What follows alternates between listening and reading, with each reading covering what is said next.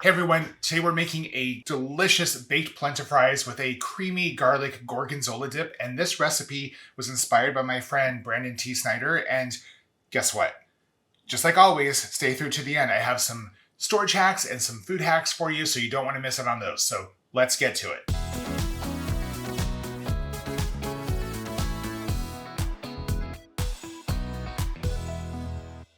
So the first thing that we're gonna do is we're gonna take our polenta roll and we're gonna cut it into fries. So this is super easy. Just cut that polenta roll into fries, and then we're gonna lay it out on a baking sheet. We're gonna brush the polenta with some olive oil.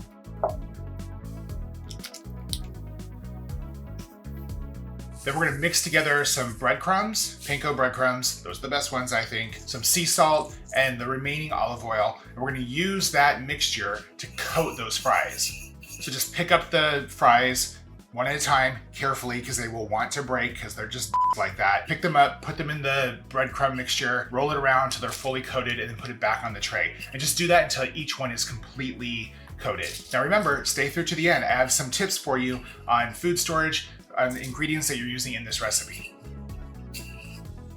Okay, so now you're gonna bake the fries for 30 minutes. While they're baking, we're gonna make that dip. Okay, so now we're gonna add our dip ingredients to the bowl of a food processor. So go ahead and add in that sour cream, that gorgonzola, the buttermilk, the chives, and the garlic. And just puree that until it's nice and smooth and creamy.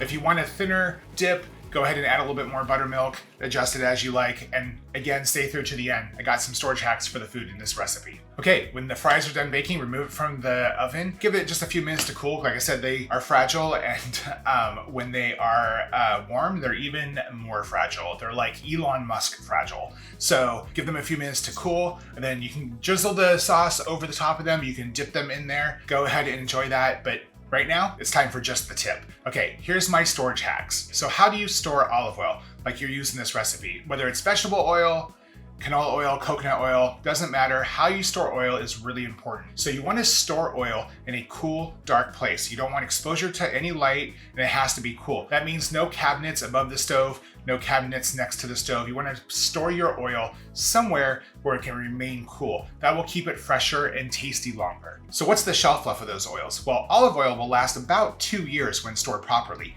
Vegetable oil and other oils, about a year. Coconut oil, about 6 months. So how do you store or use buttermilk? Well, in this recipe, you're only using a couple tablespoons of it. So you're not using a whole lot. You're gonna have a whole container left. So buttermilk will last for about 2 weeks after it's open, or if you put it in the freezer, about 3 months. But you can use it in many different ways. You can use it to make pancakes or mashed potatoes. You can put it in a smoothie. There's lots of ways that you can use up that buttermilk and not waste it. So how do you store herbs? Like the ones you're using in this recipe, we're using chives, right? Well, if you're using a woodier herb like rosemary or thyme, you want to put that in a jar with a little bit of water, just like you would cut flowers, and then store it in the fridge. If it's a tender herb, something that's a little bit more sensitive like cilantro or parsley or chives, store it the same way, but you might need to put a bag over the top of those herbs to protect the leaves. Kept in the fridge that way, keep an eye on that water, and these herbs will last significantly longer than the way that you brought them home from the store. Super, super easy. And that's how you fight food waste. If you like this video, give me a thumbs up. If there's something you want to see, drop a comment down below. If you like to cook like I do, I release new videos every single week. Oh, and be sure to check out that interview with Brandon.